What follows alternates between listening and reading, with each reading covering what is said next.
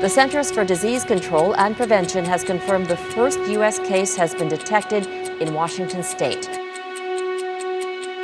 We have therefore made the assessment that COVID-19 can be characterized as a pandemic. NBA play is suspended. This is the last night of NBA games for the foreseeable future. Well, as of today, all but a handful of states have issued stay-at-home orders in an effort to keep people safe during this pandemic. Governors in states originally against the order, like Georgia and Florida, have now joined after the increase of COVID cases there. We are going into a global recession. We're in an economic downturn. The world is now in recession? Recession in the next quarter or two because everything is shutting down, of course. I have today declared that the coronavirus presents a public health emergency in the United States. On Friday, the U.S. reporting more than 176,000 cases. Friday alone, yet another new daily record of infections. More than 2 million Americans have tested positive for the coronavirus. 5 million. 9 million. 19 million cases of the coronavirus. Governor Mills' Stay Healthy at Home order is now in full effect. This year means the economy stands to lose an estimated $2.3 billion.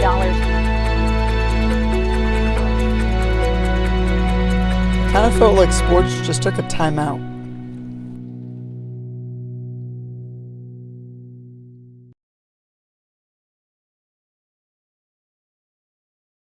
High school athletic directors, we meet once a month.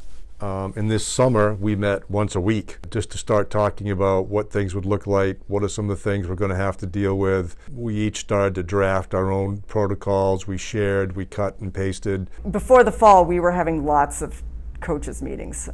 All summer, it seemed at least once a week. There was a Zoom call for all the coaches getting ready for fall, and things were changing constantly, so there was always new information to talk about and discuss, trying to understand what might happen in the fall or possibilities. So we had a lot of communication. You know, the COVID hierarchy, you got the governor, you got the CDC, you got the DHHS, you got the DOE, you got the MPA, you got the superintendent, you know, the principal, the AD, you know, and that all is the hierarchy on where the information trickles down and who says what can happen and what can't happen. So in the fall, the girls knew they didn't need to wear masks during games. They had to have them on the sideline and during team huddles and anytime they were closer than 6 feet. In the fall, when it was new, not really knowing when we were actually going to start, not getting a good look at the incoming players, see what they can do without having a summer program. In soccer, we started off like pretty normal. Like there was no mask in games, and then practices, you only really had to wear them when you're doing like low maintenance stuff and like drills. Like that wasn't a big deal. Masks were kind of on and off. In the fall, we actually started having to wear masks at the end of the season.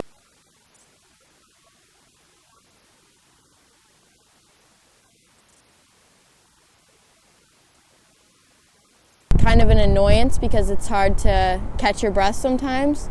But overall, I think I got used to it by the end of the sports. Preseason for football, it starts in the summer, and we ended up having to push that back, and it's like 7-on-7, like 2-in-touch football. We ended up like just having that for a season, and we didn't have like any like contact football, like normal football. We had to wear masks on the sidelines for 7-on-7, and then when you got on the field, you could take them off, which was kind of confusing. It was kind of less competitive, but it was more competitive than normal 7-on-7 because it was taken more seriously because it was like the actual season.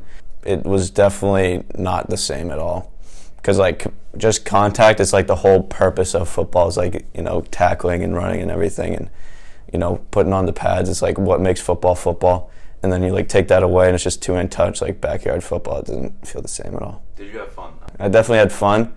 It was just taken less seriously than like the normal season. So.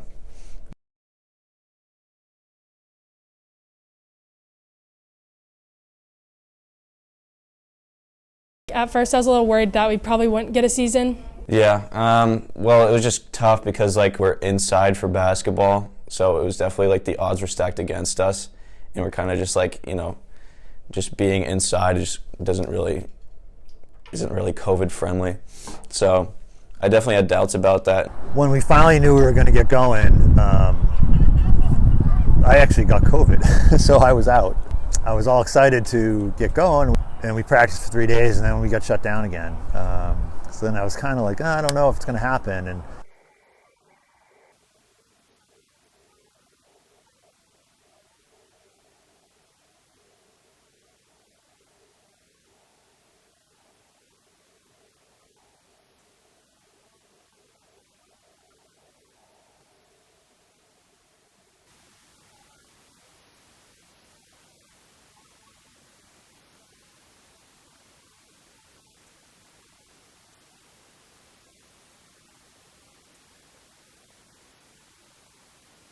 This year, we didn't end up beginning until end of January, beginning of February. We weren't able to practice besides on Zoom. We did a lot of like workouts with Coach Shea in the beginning, like ball handling drills.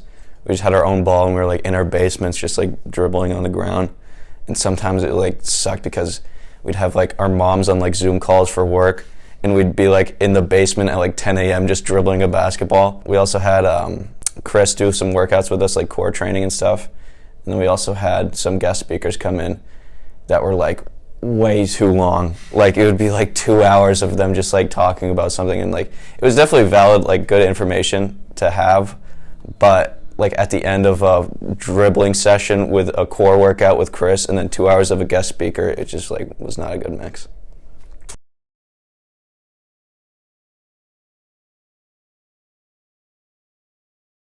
Principals Association following through with the plans to hold spring sports with championships. Sounds like all the eligible teams will get into the playoffs. They announced the planned timelines this week. Masks and social distancing regulations are still required, but team practice is a go starting Monday for spring sports. The bulletins for specific sports were posted today on the MPA website. They will hold regional and state championships with baseball, softball, lacrosse, and track and field all being held in June. The state gathering limit adjustments allow for 75% outdoor capacity starting tomorrow and 100% by late May. However, 6 feet social distancing will still be required. It will be up to local school districts to determine how fan protocols should go. The whole team, including myself, was pretty excited when we found out that the MPA was announcing that there was playoffs for the spring season. We definitely expected it going in, but it just kind of gave us like a boost of energy going into the season, knowing that we're actually playing for something. I was definitely very excited, especially because it was my senior year and I finally get a chance to make a playoff run as a starter instead of just watching the team make the run. And I was definitely excited to be a part of a winning team who would do very well in the playoffs. So Mr. Mellon and I we stay late and we work in here. And the first day that we had a softball game, a baseball game, and a lacrosse game, the parking lots were full and the buses were parked out here.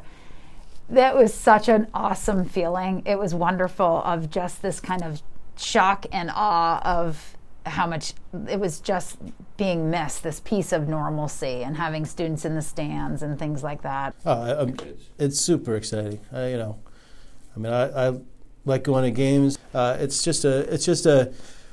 It helps with, culture of the school, of the town. It brings the community together. It just kind of brings people together in a way that is unique, I guess. There are not a lot of other events bring people together in a way that kind of athletics do. In games, do you see kids still wearing them? Yeah, there's definitely a few kids that do, but the majority definitely don't, especially because of a sport like baseball where usually you're spread out from everyone. In the dugouts we still do, and most people are good about that, especially with coaches being there to enforce the rules. But there's definitely some kids who still on the field wear masks. Sometimes I don't even feel safe, even though I'm vaccinated. Like sometimes I don't even feel safe. Like it's just kind of second nature to put on your mask now. But yeah, some guys definitely still do it. For the new guideline that came out for the 12 to 15-year-olds means that our school, theoretically, every single student could be vaccinated here. After I got the vaccine, I felt a lot more confident being outside and being around people who I normally wouldn't have, because of the fact that I don't see them as much, and I'm not in the same sort of group as them. But now that I've gotten the vaccine, and a lot of people have, I'm a lot more confident and willing to be around people.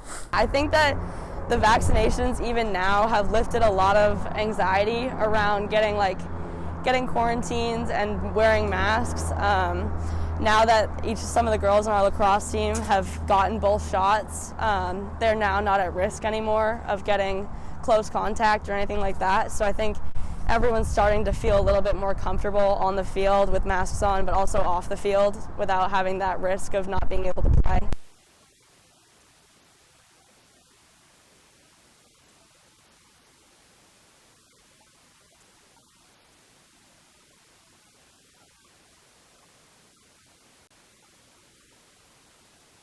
The rule was you step on that field, then you're being quarantined. Whether that made sense to us or not, that was not our decision.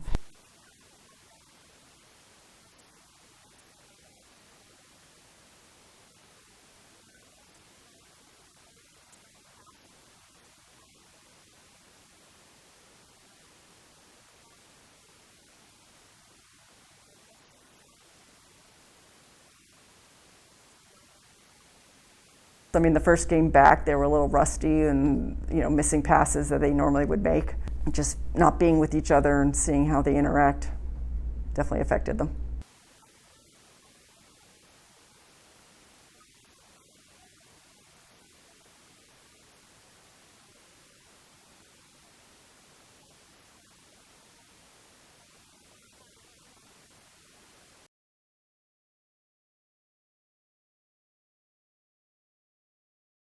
This pandemic has affected students' mental health, and I think that there's no question that part of the reason why it's affecting their mental health is that they're not able to, because of the rules and the guidelines, they were not able to participate in physical activity, as well as other things as well. But the physical activity, whether it's through sports.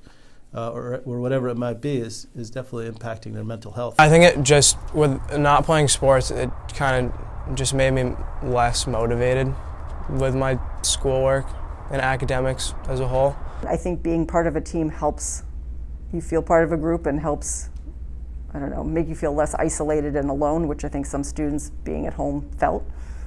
So in that way, I think being on a team helped. There's other things that is also affecting their mental health, I would say, too, like their lack of being able to connect with their peers and, just have, be with people, lack of routine. I would sleep in a lot more, and I would basically, even with sports, I would push off my work until the last minute, even though I usually try to do work as soon as I could. But once I got into it, I started waking up at the same time every day, which definitely helped. So on my home days, I would be on Zoom calls for 4.5 hours some days. So at the same time as it helped keep my grades up, those days were awful, and I did not look forward to them at any time. I just think there's been so many impacts. Athletics, I was a person that high school sports were incredibly important to me and my team. And so I think it's just been really hard to help students get through that, and when we really didn't have a choice of anything except to kind of survive this situation.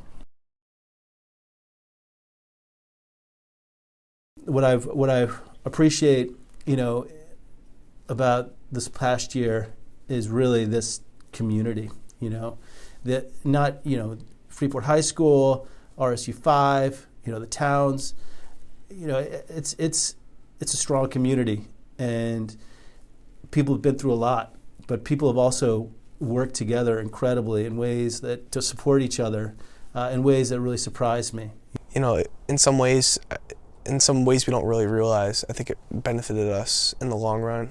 We were able to overcome some challenges that we haven't really faced, and I think that's positive for the rest of our lives, just because we're going to be stronger. We're going to be able to push through things better. And I'm really hopeful for the seniors for whatever they're doing next, that what seniors have learned from here and from this tough year, and what they've experienced and gone through helps them in whatever's next, college or career, kind of in this level of resiliency and flexibility and being able to adapt. I think, I wonder if your class is going to, in 10 years from now, look back and think like some parts of it were awful and some parts of it have impacted my character of how I handle a crisis or a difficult situation. And so I hope seniors find, I hope all the students, but in particular the seniors, find those COVID silver linings of like what, amidst the chaos and the difficulties, like what came out of this for learning that, could positively impact me.